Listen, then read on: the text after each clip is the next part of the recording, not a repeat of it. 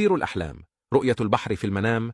أما البحر فدال على كل من له سلطان على الخلق كالملوك والسلاطين والجبات والحكام والعلماء والسادات والأزواج لقوته وعظيم خطره وأخذه وإعطائه وماله وعلمه ماؤه وموجه رجاله أو صولاته أو حجته وأوامره وسمكه رعيته ورجاله أرزاقه وأمواله أو مسائله وحكمه ودوابه وقواده وأعوانه وتلاميذه وسننه وعساكره ومساكنه نساؤه وأمناؤه وتجاراته وحوانيته أو كتبه ومصاحفه وفقهه.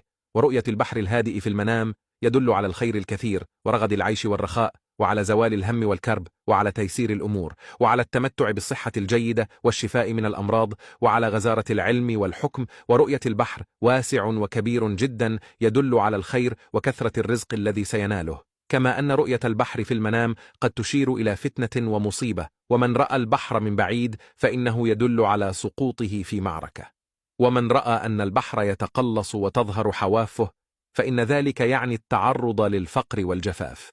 ورؤية الإنسان يسبح في البحر ثم يموت غرقا قد يدل على أنه مات شهيدا.